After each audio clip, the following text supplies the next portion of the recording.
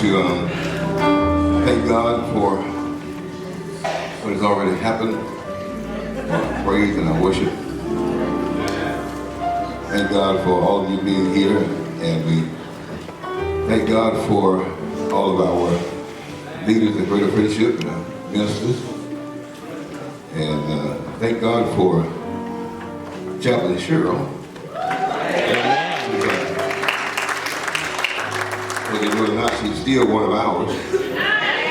She's still doing ministry in Springfield, Ohio. And still doing it in the name of the State Baptist Convention and Greater Friendship. And matter of fact, she came to, I was in Indianapolis, Indiana. I hope I said Indianapolis right. Let's say Naptown. I was in Naptown.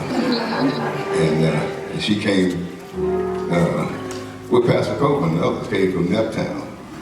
I came from Springfield and Dayton, came over to Indianapolis, so that made me feel really, really good. So thank you, Chaplain Cheryl. For those who didn't know, we encouraged her to go to school, and she went to school and got her BS degree. And I'm thinking, where you go to?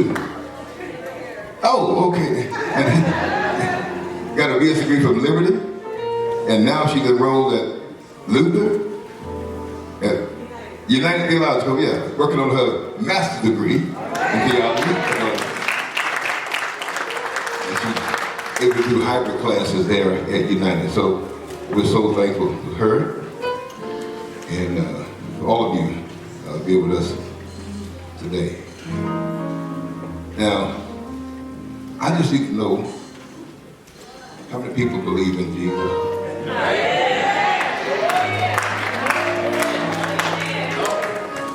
I mean, I know we at church and all, we have to be a certain thing, but how many people truly believe in Jesus?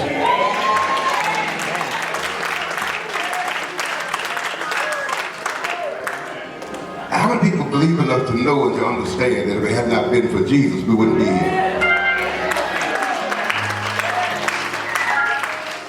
Do you believe that Jesus died and he rose again?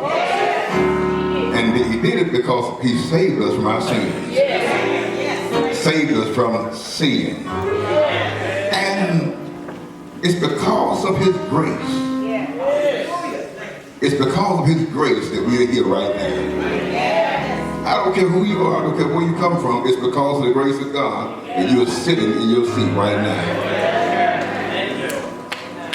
Because here it is. If it had not been for the grace of God for saving me and helping me to come into a relationship that I could understand that there is a God. I said there is a God. And since I know there is a God and he created all of this, I know that I'm not God.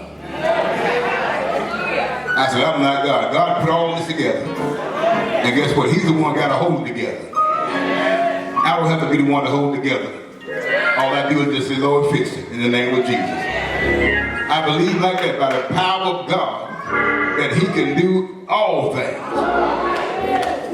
Anything. So just know, I came to Greater Friendship 18 years ago. And I came as a person believing in Jesus. And I'm going to leave as a person believing in Jesus. And I'll be pastoring Greater Friendship until he say, well done. And the thing about it is, and we all need to understand, we're here right now, we could be gone tomorrow. And when we begin to understand that, we better keep our stuff together. Because we don't know. We're here today and gone today. That's how quick things can happen. So whatever needs fixing, you better fix it now. Whatever needs straightening out, you need to straighten it out now. At a class reunion in Seoul, it was just two of us. I mean, it's from the class of 74. You got people who are gone. On the cane and on a walker. And I looked at myself in the mirror. I said, I looked at myself in the mirror knowing my classmates. And some of them looked kind of rough. So when I looked in the mirror, all I could say was, thank you, Jesus. Because that could have been me. But by the grace of God, I'm still here. In the name of Jesus. I'm saying all that because, you know, today, if you're planning to shout, you better go ahead and shout. Because this may not be a shout message, but it is a basic message. Very basic. And if you notice the last 3 Sundays, they've been basic. Because I said we need to get back to basics. And this is a sermon I came to greater friendship preaching this particular sermon 18 years ago. Not in this format, but when I started saying better together, this is what I all started right here. And I'm not going to read it right now, but the main text is Hebrews chapter 10, verses 24, 25. Simple, basic. And just open it. Keep it there, but we'll be telling you those other scriptures in just a minute. And I want to talk about the circle that surrounds us. The circle that surrounds us. Keep that in mind, the circle. And I want everybody here probably need to write down these circles because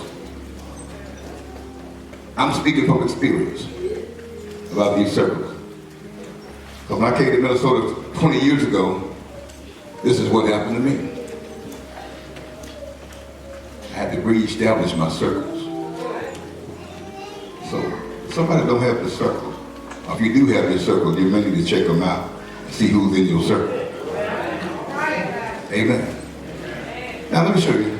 I do a little grilling sometime in the backyard. A little bit. I burn it up sometimes, but I do pretty good. And I've noticed something when I grill. If you pile up some coal, charcoal, splash a little lighter fluid on them, and toss in a match, they will burn all night long.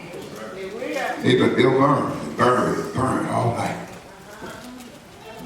But if you take one of those charcoals and set it aside, away from the rest, before long, the ember will turn to ash. The reason why is, listen, coals need to be close to the group. Part of the network, so to speak. In order for the fire to keep going, they need to be part of the network. For isolate one coal, and it won't last long. I said, isolate one coal, and it won't last long. Keep that in mind. Now, can I tell you that humans are the same? We also need to be a part of a group, part of a network. In order to keep the fire going, you need to be part of a group. But when individuals, when we separate from communities, then trouble ensues. You can rest assured you're ahead of the trouble. If you've seen the movie Castaway, the movie came on, it was a long time ago, but in Castaway, I think it was Tom Hanks. You know, for 4 years, he was on a desert island. And he ended up talking to a volleyball. Isolated on an island, and now he's talking to a volleyball. Wilson! And listen, the reason why, listen, we was not made for isolation. For this reason, you know, we don't cope well with isolation. Studies have shown that lonely people tend to be more hostile. Lonely people, they tend to eat food that are higher in sugar and fat. Ooh, when I first came to Minnesota.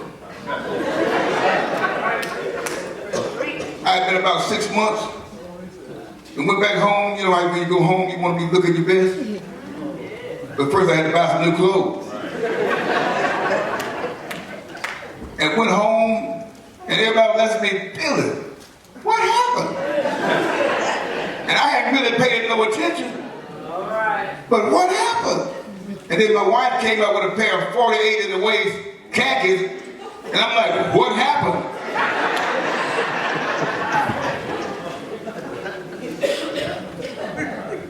Loneliness, isolation, eating the wrong food, food that was high in sugar and fat.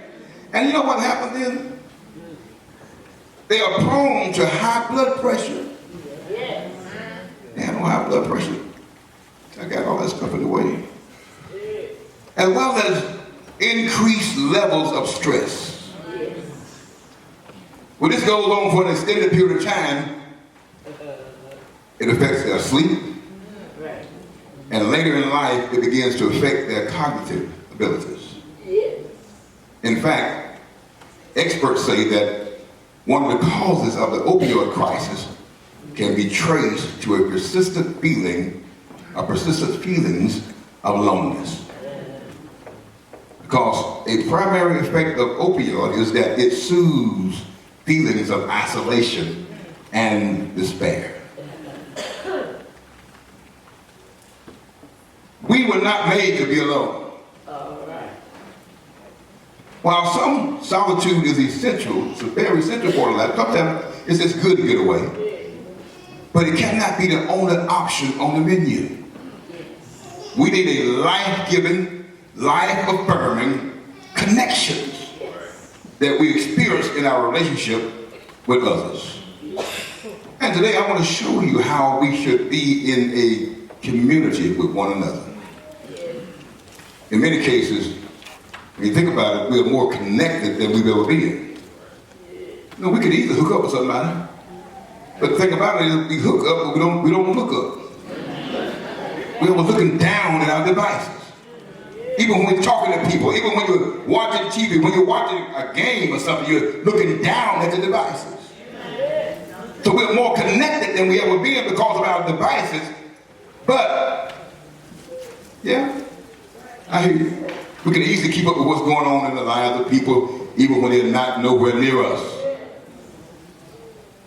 We got friends and family halfway around the world. You can talk to them, even do a video chat with them every day.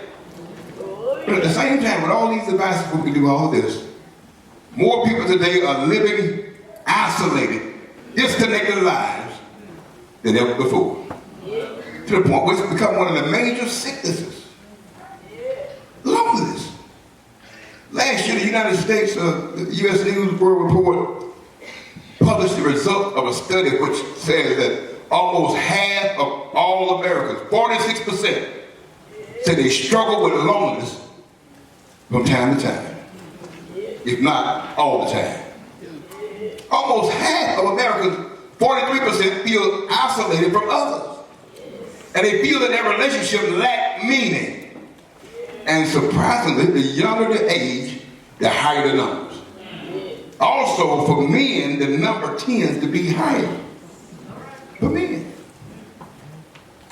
It shouldn't be this way. It doesn't have to be this way.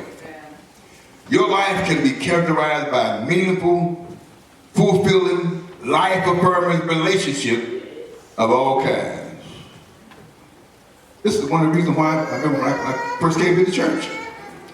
In the early days of the Christian life, they had such an impact on me because I suddenly found myself in a new environment, new community, new friends, new role models, new leaders.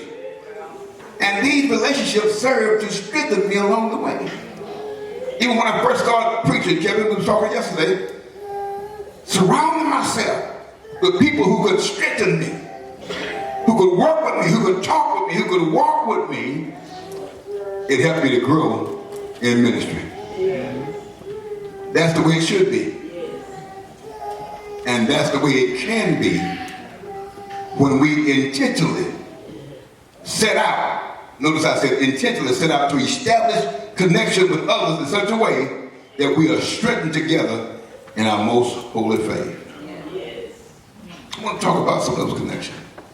Connection that we need to intentionally seek out on a consistent basis. Seek out these communities, seek out these circles. See what we really need to be involved. First of all, we want to write this down. We need to be involved in a community of worship. That's the first community. We need to be involved in a community of worship. I'm talking about this service right now. What we're doing right now, we come together as a group with the primary purpose of worshiping God. This is good. It's a good thing. There is power in worshiping together as a community. I should have had about 3 or 4 amen. Amen. I said there is power in worshiping together as a community, even more so when we worship alone. There's more so when we can worship alone. And I know, I hear you saying, I can worship God in the mountain, yeah. I can worship him in the forest, yeah. I can get beside a quiet stream, yeah. I don't need to be in some stuffy sanctuary. I hear you. You can worship there.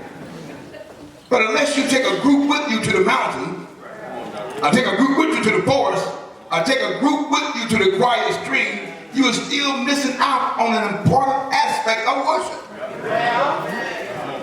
That is what we do together as a community. I realize I'm talking to people who are already in church. Thank you for being here. And you said, he shouldn't even lay in that point because I'm already here. Well, I'm just saying, I just want to encourage you and say, let's do it often. Some of you every now and then, can we do this more often?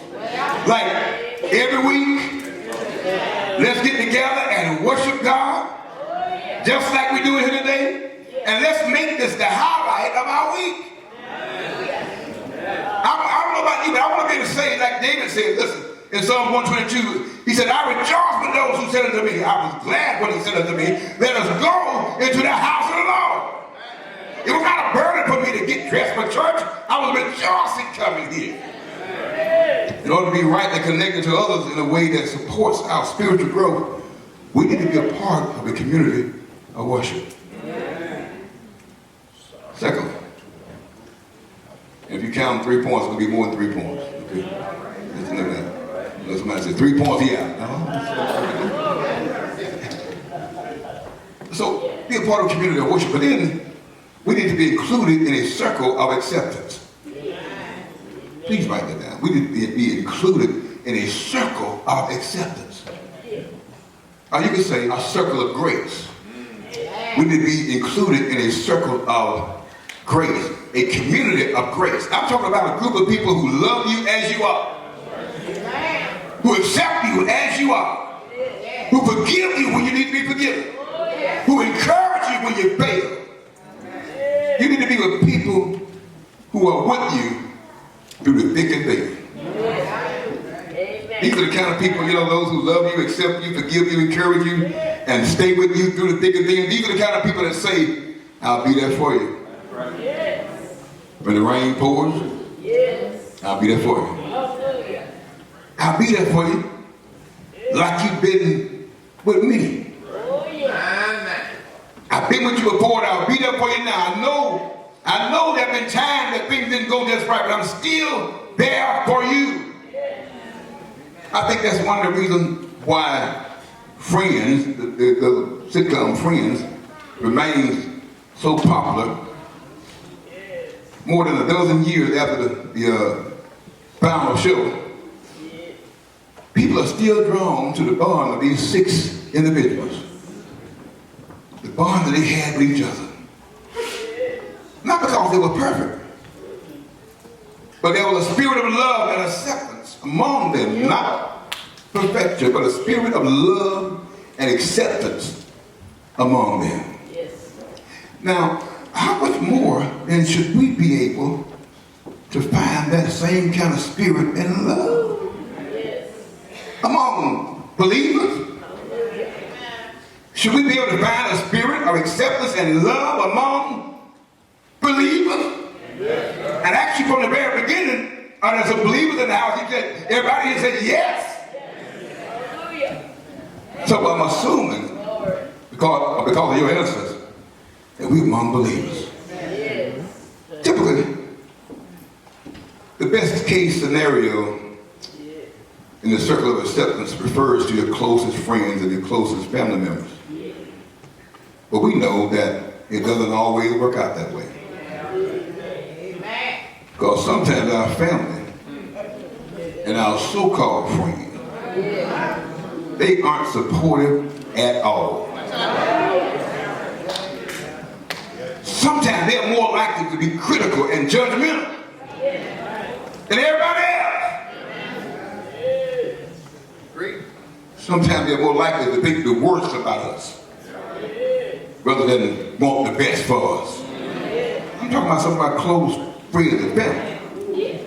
So listen, when we find ourselves surrounded by this type of people, we feel isolated and alone. Look, let me show you. Robin Williams said it like this. Robin Williams, he said, I used to think that the worst thing in life was to end up all alone. But then he said, it's not.